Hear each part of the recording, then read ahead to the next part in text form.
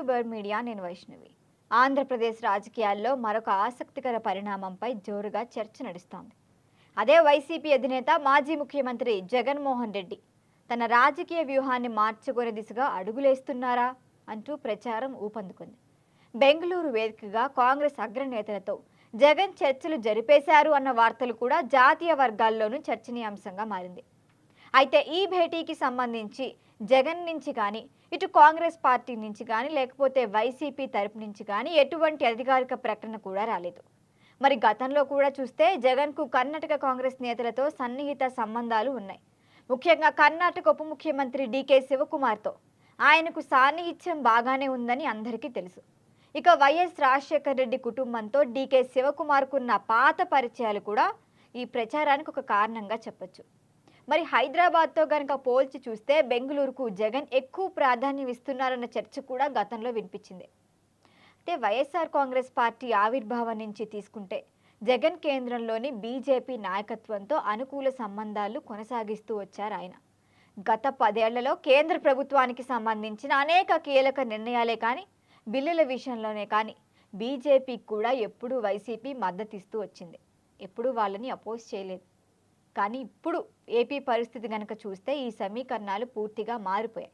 TDP, Janasena, BJP ఇప్పుడు కూటమిలో రాష్ట్రంలో అధికారంలో ఉంది. మరి దీంతో కేంద్ర రాజకీయాల్లోనూ మోదీ, చంద్రబాబుకు ఎంతో ప్రాధాన్యం ఇస్తున్నారు. పవన్ కళ్యాణ్ కూడా. అదే సమయంలో వైసీపీని కనుక తీసుకుంటే దానికి సంబంధించిన పాత కేసుల్లో కేంద్ర దర్యాప్తు సంస్థల కదలికలు కూడా రాజకీయంగా చర్చకి రావచ్చు. మరి ఈ పరిణామాల నేపథ్యంలోనే బీజేపీతో సన్నిహితంగా ఉండటం జగన్కి చాలా ఇంపార్టెంట్. దాని ద్వారా తన పార్టీకి ఆశించిన రాజకీయ ప్రయోజనం దక్కట్లేదన్న ఆలోచన జగన్లో మొదలైందా అన్న ప్రశ్నలు కూడా మనం చూడొచ్చు. మరి ఇప్పుడు తాజాగా ఏఐసీసీ ప్రధాన కార్యదర్శి అయిన కేసీ వేణుగోపాల్తో జగన్ రహస్యంగా సమావేశమయ్యారన్న వార్తలు మాత్రం ఇంకా ఊతమిచ్చాయి. జాతీయ స్థాయిలో కాంగ్రెస్ నేతృత్వంలోని ఇండియా కూటమి బలోపేతం అవుతుందని అందరూ అంచనా వేస్తున్న సమయంలో జగన్ కూడా దానికి తగ్గట్టే భవిష్యత్తు వ్యూహంపై పునరాలోచన చేస్తున్నారా అన్న ఆలోచన కూడా వస్తోంది. అయితే ప్రస్తుతానికి మన దేశంలో చూస్తే నిరుద్యోగం, ఇటు పేపర్ లీకేజీలు, యువతకి సంబంధించిన అనేక సమస్యలు, వ్యవస్థాగత అంశాలపై అసంతృప్తి పెరుగుతోంది. అదంతా మనం చూస్తున్నాం. ఇలాంటి పరిస్థితుల్లో వచ్చే ఎన్నికల నాటికి జాతీయ రాజకీయ సమీకరణాలు గనక మారితే, కాంగ్రెస్ గనక ఒకవేళ అధికారంలోకి వస్తే ఇదంతా మనకి యూజ్ అవుతుంది కదా అని ఇప్పుడు సన్నిహిత సంబంధాలు పెట్టుకుందామని చూస్తున్నారు జగన్. అయితే ఒకవేళ జగన్ నిజంగా ఆయన ఊహించినట్టే కాంగ్రెస్ నేతృత్వంలో ఉన్న ఇండియా కూటమికి దగ్గరైతే ఏపీ రాజకీయాల్లో కూడా గణనీయంగా మార్పులు చోటు చేసుకుంటాయి. ఎందుకంటే ఒకప్పుడు కాంగ్రెస్ను తీవ్రంగా వ్యతిరేకిస్తూ వచ్చింది వైఎస్ఆర్ కాంగ్రెస్ పార్టీ.